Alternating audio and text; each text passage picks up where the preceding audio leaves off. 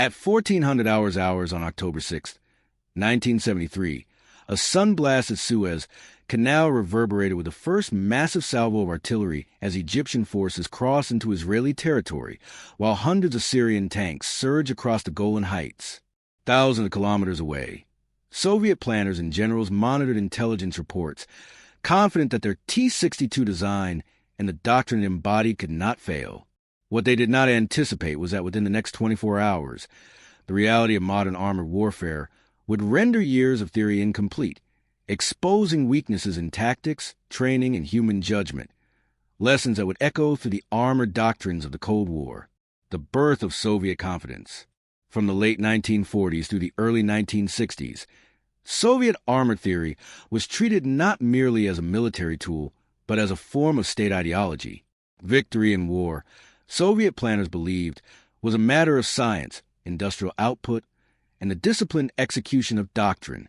The massive tank clashes of World War II, particularly Kursk, formed the philosophical foundation for a generation of officers who viewed speed, mass, and momentum as the ultimate arbiters of battlefield success. The T-62, officially entering service in July 1961, was a tangible embodiment of that philosophy. Low-slung, heavily armed with a 115mm smoothbore gun, and optimized a project overwhelming offensive power.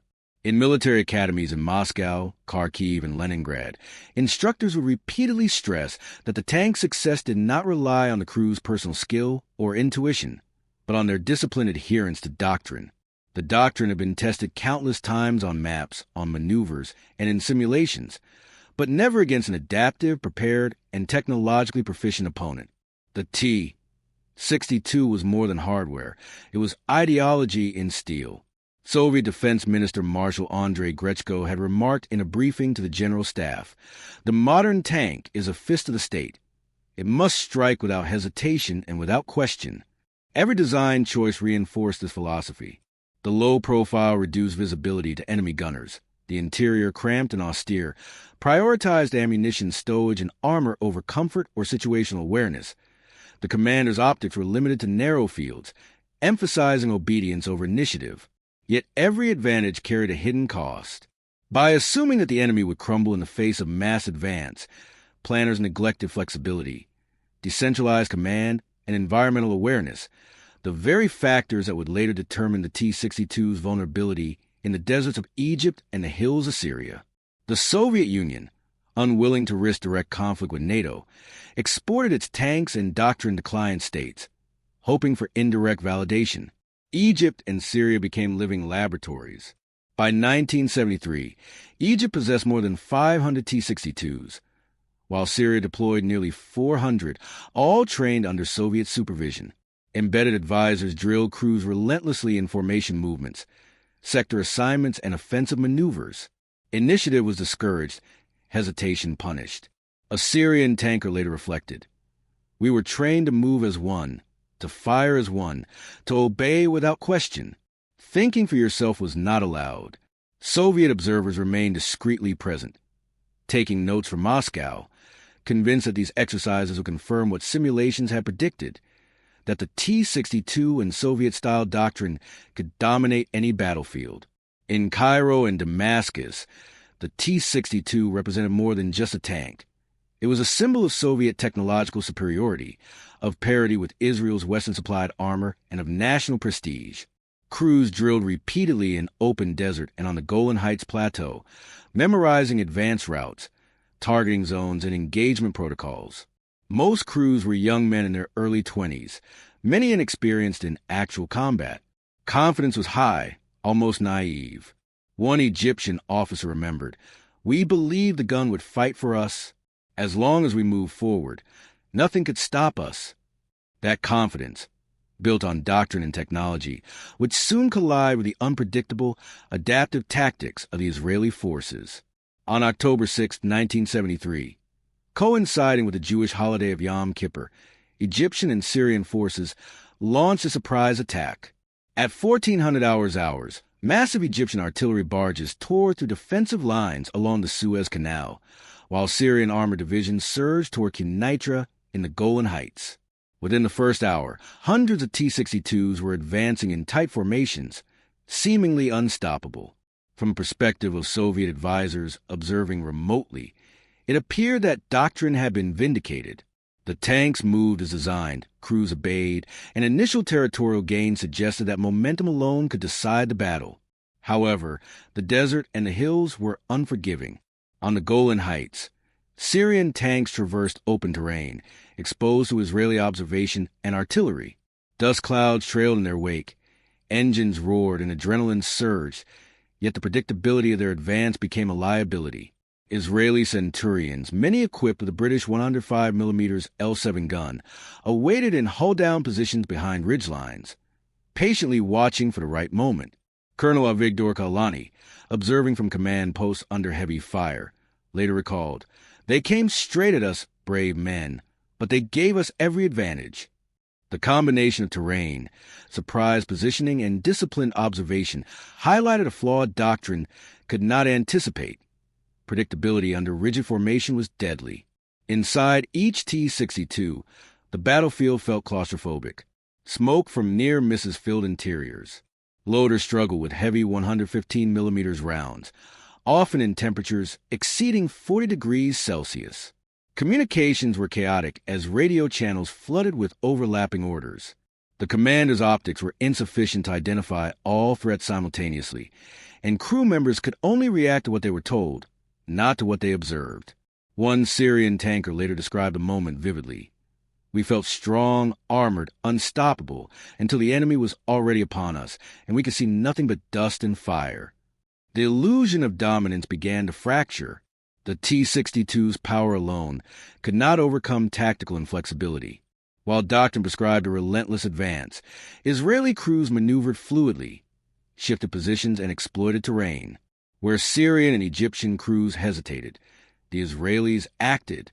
The tanks' design advantages, armor and gun, were insufficient against a flexible opponent who maximized situational awareness, coordinated infantry, artillery, and air support, and capitalized on enemy rigidity. The battlefield began to expose the limitations of the Soviet assumption that steel and numbers alone dictated victory. By the night of October 7th, burning T-62s dotted the Golan Heights. Entire formations were stalled. Observers, including Soviet advisors, noted that tanks were performing exactly as Doctrine prescribed, and were suffering heavy losses as a result. Firepower alone could not compensate for poor positioning and the inability to react to ambushes or concealed defenses. Momentum, previously seen as invincible, faltered in the face of real battlefield complexity. For the first time, crews were forced to reconcile their training with the brutal unpredictability of combat. Meanwhile, in the Sinai Desert, Egyptian armored units initially fared better, shielded by dense anti-aircraft and missile coverage. Yet strict adherence to Soviet doctrine forced many units to maintain forward movement within constrained zones, limiting their ability to exploit openings. Israeli forces began crossing west of the Suez Canal in counteroffensive maneuvers, creating situations the T-62s were not trained to handle. Tanks designed for forward thrust were forced into defensive positions, testing the limits of both machine and crew. The stress, confusion, and fear among tankers increased sharply. As losses mounted and uncertainty grew, morale shifted. Confidence, which had been bolstered by doctrine and technology, began to erode. Crews recognized that momentum alone was no guarantee of survival. Fear replaced certainty. A Syrian survivor reflected years later. "We believed the tank would protect us, but the battle had its own rules, and we were not ready for them." Doctrine, once comforting in its apparent inevitability, now seemed dangerously fragile. Inside Moscow, reports from advisors were analyzed quietly. Publicly, Soviet media and military statements blamed Arab crews for failures.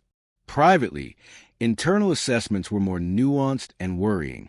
Memoirs later revealed that senior officers, including General Vladimir Matveyev, acknowledged the pattern. "We built machines for obedience, not awareness." The battlefield punished that weakness mercilessly.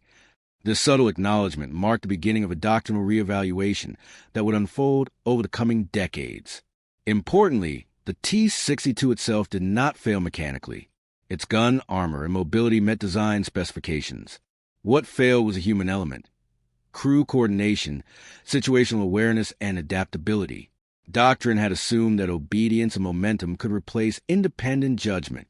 The lessons from early October battles in 1973 proved that assumption catastrophically wrong. As the first days of the war closed, the battlefield held hundreds of destroyed or abandoned tanks, and the psychological toll on crews and commanders was immense. The first shock had passed, but a more decisive lesson was imminent. The ambush near the Great Bitter Lake, scheduled for October 17th, which would irreversibly expose the limits of rigid doctrine and force Soviet military planners to rethink the role of the T-62 in modern armored warfare. The war was far from over, but the illusion of invincibility had already begun to collapse. At 1600 hours on October 17th, 1973, near the western edge of the Great Bitter Lake in Egypt, the desert suddenly erupted with fire, smoke, and confusion. The Egyptian 25th Armor Brigade, fully equipped with Soviet T-62 tanks, rolled forward in strict formation, confident that doctrine, training, and steel would secure victory. Within the next 2 hours, their expectations would collide with reality in a brutal and unforgettable lesson that would forever alter Soviet perceptions of armored warfare. The 25th Armor Brigade, under Colonel Ahmed Helmi, had been tasked with direct counterattack against Israeli bridgeheads that had advanced across the Suez Canal. Orders were explicit: maintain formation, advance at speed, and overwhelm enemy armor. The tanks moved in disciplined columns, their engines roaring, tracks throwing plumes of sand and dust into the air. Artillery support lagged behind due to logistical delays, while infantry units struggled to keep pace. From above, observers noted the precision of the advance. Lines straight, distances measured, but the desert landscape, deceptively flat and open, concealed deadly Israeli preparations. The stage for disaster had been meticulously set. Inside each T-62, crews felt a mix of adrenaline, anticipation, and nervous energy. Young tankers, many barely in their 20s, tightened straps, adjusted sights, and murmured brief prayers. One tanker recalled later, "We had confidence in the tank, in our training, but the silence of the desert felt unnatural. Every soldier senses when something is about to happen, and that day it felt wrong." Officers called commands across radio channels that crackled with static, the voices taut with tension. But the disciplined advance left little room for individual initiative. Everything depended on speed and obedience. Meanwhile, Israeli forces under General Ariel Sharon had predicted such a counterattack. Reconnaissance teams had scouted the area for days, mapping firing lanes and kill zones. Artillery units had pre-registered coordinates, while armored crews were positioned in hull-down positions behind sand ridges, ridgelines, and artificial berms. Every Israeli movement was coordinated to exploit the predictable advance of the Egyptian formation. Sharon's strategy relied on patience and discipline. Let the enemy commit, then strike with precision. In this case, anticipation became a force multiplier, turning doctrine against itself. At 16:15, Israeli Centurions and M60 Pattons opened fire from multiple directions simultaneously. Lead Egyptian tanks erupted in fireballs, their crews stunned by the sudden intensity. Smoke, heat, and burning fuel quickly obscured vision, creating chaos within the formation. The desert seemed to twist around the smoke, hiding enemies and disorienting crews who relied entirely on pre-planned lines of advance. Radio traffic became a jumble of overlapping commands, panic responses, and missed orders. The battlefield became a vortex of sensory overload, where seconds seemed to stretch into eternity. The T-62 strengths were powerless in this scenario. Its 115mm smoothbore gun could destroy any armor in a direct fight, but only if targets were visible and crews had time to aim. In the open desert under ambush, visibility was limited, and predictable advance made crews easy targets. Smoke, dust, and the sudden destruction of neighboring vehicles caused confusion and hesitation. Many tanks halted mid-advance, exposing their thinner side armor, while others attempted to reverse under fire, only to find their retreat paths blocked or covered by Israeli fire. The tank's raw power became irrelevant when initiative and situational awareness were missing. Inside each T-62, crews struggled to process the rapidly changing situation. Loader and gunner coordination faltered as rounds jammed or were misloaded under stress. The commander's cupola offered a narrow view, forcing reliance on radio commands that arrived late or were indecipherable. Some crews panicked, attempting evasive maneuvers while others froze, unsure whether to advance or retreat. One survivor recalled, "I could hear fire all around me, see the tanks burning ahead, and yet the orders kept coming.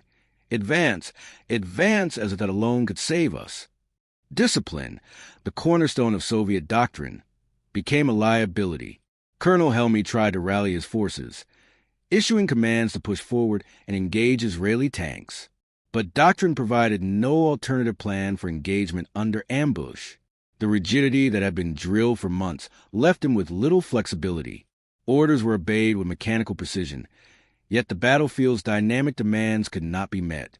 Tanks became exposed, forming easy targets, while morale and cohesion began to crack. Even the most experienced crewmen found themselves immobilized, trapped by the limitations of both design and doctrine. By 1700 hours, dozens of T-62s lay ablaze on the desert floor, engines smoking, hulls melted by penetrating rounds. Survivors reported horrific scenes inside the tanks: burning fuel, choking smoke, wounded comrades unable to escape. Fear and adrenaline intermingled with shock and disbelief. For many, the realization dawned painfully. Their training, their discipline, their steel, none of it guaranteed survival. One tanker described crawling from a burning vehicle. "I felt the weight of all those lessons and how little they help me now."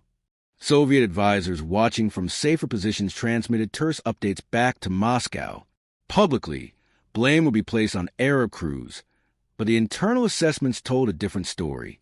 The T-62s were destroyed while executing doctrine exactly as taught. Predictable movement, lack of initiative, and failure to adapt were the real culprits. A confidential report reportedly stated, "Rigid adherence to doctrinal procedures is a vulnerability. Speed and mass cannot substitute for awareness and flexibility." For the first time, Soviet planners confronted the limits of their own ideas in an unforgiving, real-world battlefield. After the engagement, Israeli forces collected dozens of T-62s, many still intact internally but destroyed externally. Analysts noted that many tanks had never fired their main guns, an astonishing failure for a weapon designed to dominate its adversary.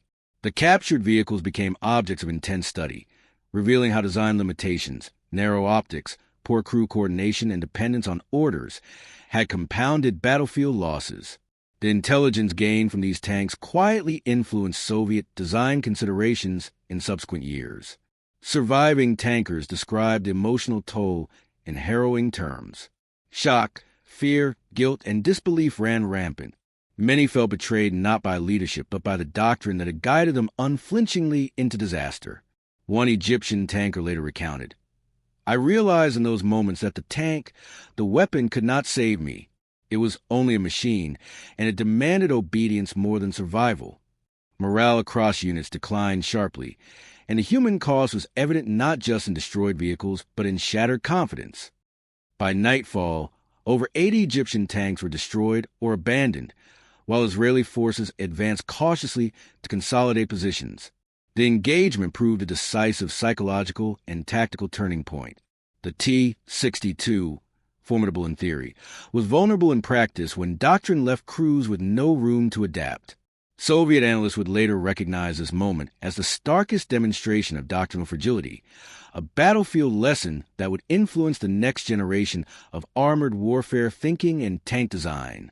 Back in Moscow, the findings from Sinai triggered introspection among senior officers. Publicly, the Soviet Union maintained confidence in its allies and equipment. Privately, however, the evaluation was sobering. Doctrine could not rely solely on momentum, firepower, or rigid command structures. The battlefield had spoken. Predictability was punishable by destruction. Internal memos suggested a need to rethink training methods, emphasize reconnaissance, improve command and control, and allow limited initiative for commanders at the tactical level. The ambush near the Great Bitter Lake did more than destroy tanks. It shattered assumptions. The T-62 had been tested against a flexible, observant, and adaptive opponent, and had revealed its Achilles heel. Doctrine, previously unquestioned, had proven dangerously incomplete. The human factor, terrain awareness, and tactical flexibility had triumphed over steel and training alone. This fight became the defining moment that forced Soviet tank crews and theorists to recognize that survival depended on more than obedience. It depended on seeing, thinking, and reacting. When the guns fell silent on October 25, 1973, across the Sinai Desert and the Golan Heights, the battlefield was littered with burned-out tanks, twisted steel, and scorched earth. Yet the most profound changes were occurring thousands of kilometers away in Moscow. Soviet generals, planners, and engineers were quietly reassessing decades of armored doctrine, realizing that the war had exposed a dangerous truth. The T-62, powerful as it was, could be defeated not by technological superiority, but by tactical flexibility, situational awareness, and adaptive decision-making. In the weeks following the ceasefire, Soviet military analysts compiled reports from their embedded advisors in Egypt and Syria. These reports, often thousands of pages long, meticulously documented unit movements, casualty figures, engagement sequences, and battlefield outcomes.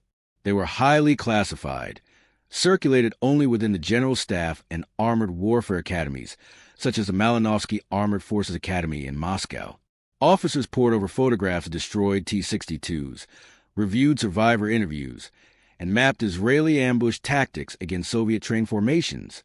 The tone was analytical, precise, and remarkably candid for a military establishment typically resistant to acknowledging flaws. The reports made one fact abundantly clear. The T-62 had not failed mechanically, but the rigid application of doctrine had failed its crews catastrophically. Publicly, Soviet military statements avoided blaming the doctrine itself, instead attributing Arab losses to poor execution, lack of training, and inexperience. Privately, internal memos painted a different picture. Analysts repeatedly highlighted predictable movement patterns, limited reconnaissance, lack of initiative at the unit level, and failure to adapt under fire. One report concluded, the equipment performed according to specifications. The doctrine, when tested against a flexible and observant adversary, proved insufficient. For the first time in decades, the Soviet military had to confront the uncomfortable reality that its long-held beliefs about armored warfare were incomplete. The human element was central to the post-war analysis. Survivors of the Great Bitter Lake ambush provided first-hand accounts of fear, confusion, and helplessness inside the T-62s. One Egyptian tanker recalled crawling from a burning vehicle and watching comrades perish. The tank was strong, the doctrine was strong, but it could not save us from what we could not see or anticipate. Soviet analysts recognized that psychological resilience, rapid decision-making, and battlefield awareness were as critical as armor and firepower. Doctrine could no longer assume that obedience alone would ensure victory. Human perception and adaptability had to be integrated into tactical thinking. In response to these lessons, Soviet military training programs underwent subtle but profound changes. Tank crews were encouraged carefully to exercise limited initiative within the framework of mission objectives. Emphasis was placed on reconnaissance, communication, and adaptability in dynamic environments. Live exercises incorporated surprise ambushes, simulated enemy maneuvers, and complex terrain navigation, with performance evaluated not just on speed and formation cohesion, but on situational awareness and decision-making. The goal was to produce commanders capable of acting independently while remaining aligned with higher strategic intent, a balance previously neglected in Soviet armor training. The T-62 will remain in service for decades, but its successive designs reflected lessons learned in 1973.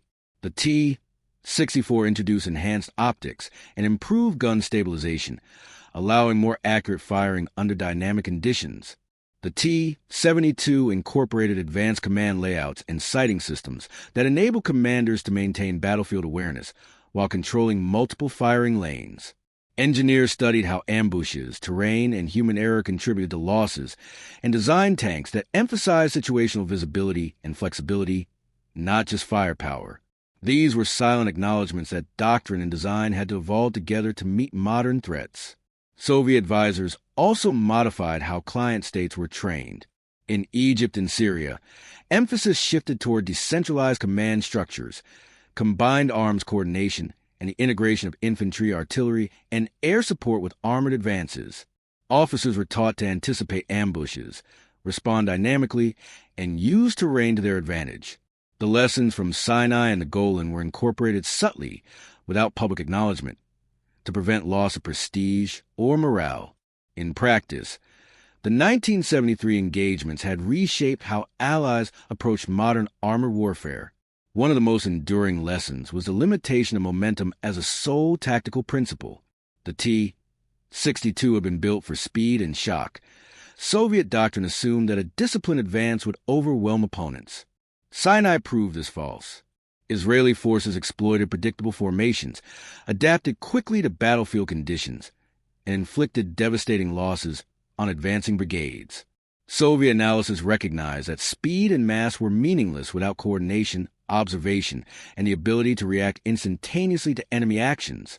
Doctrine had long discouraged initiative at the lower tactical levels, emphasizing obedience and cohesion over independent action.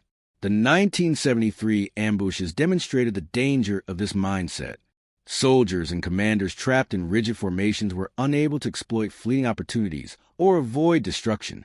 Future training stressed that initiative was not rebellion. It was survival. Commanders at the battalion and company level were now trained to make real-time decisions without waiting for explicit orders, a subtle but significant shift in Soviet military thinking. The ambushes also triggered a cultural reassessment within Soviet military circles. For decades, armored doctrine had been tied to ideology. Tanks symbolized the unstoppable might of the state. When doctrine failed, it was not only a tactical embarrassment but an ideological challenge. Officers were forced to reconcile the myth of invincibility with reality. Memoirs from the late 1980s reveal a quiet but pervasive acknowledgement. We had taught obedience as a virtue, yet survival required thought. The war had taught that steel and rules alone could not substitute for human judgment. The implications of the 1973 engagements extended far beyond Egypt and Syria. Soviet planners applied these lessons to future theaters, from Afghanistan in the 1980s to Chechnya in the 1990s. Tank units that ignored reconnaissance, flexibility, and situational awareness suffered catastrophic losses. The doctrine learned in Sinai became a silent template for corrections in training, vehicle design, and operational planning. The human and tactical lessons were now inseparable from the machines themselves. Despite its vulnerabilities, the T-62 remained an effective weapon for decades. Its gun, armor, and mobility ensured it could hold the line in numerous conflicts. Yet its legacy was defined not by victories, but by the lessons it forced on its operators and creators. The tank, once emblematic of certainty and power, became a symbol of the need for adaptability, awareness, and a recognition that even the strongest machines are powerless without skilled and flexible crews. Inside the Soviet command structure, recognition of doctrinal shortcomings remained classified.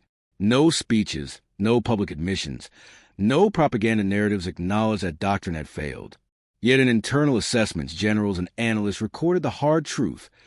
The battlefield had exposed the gap between theory and practice, between obedience and initiative, and between expectation and reality. One general later reflected privately, "We built tanks for certainty. The battlefield taught us humility. The war prompted a long-term evolution of Soviet armored doctrine." Exercise is increasingly focused on multidimensional threat analysis, adaptive planning, and combined arms integration. New manuals emphasize that tanks were not invincible hammers, but tools requiring perception, decision-making, and coordinated action. By the late 1970s, T-62 crews, as well as crews of newer models, were trained to anticipate ambushes, use terrain creatively, and make tactical decisions without constant guidance. Sinai and the Golan had reshaped doctrine quietly but irreversibly. The ambush near the Great Bitter Lake and the subsequent campaigns of October 1973 were a watershed for Soviet armored warfare. They demonstrated that the T-62, while mechanically formidable, could not survive strict doctrinal application against adaptive opponents. Survival required vision, flexibility, and initiative. Doctrine had to learn to balance obedience with judgment. The battlefield had spoken, and Soviet planners had no choice but to listen. Silently, carefully, and with lessons that would echo for decades across the armored forces of the Warsaw Pact.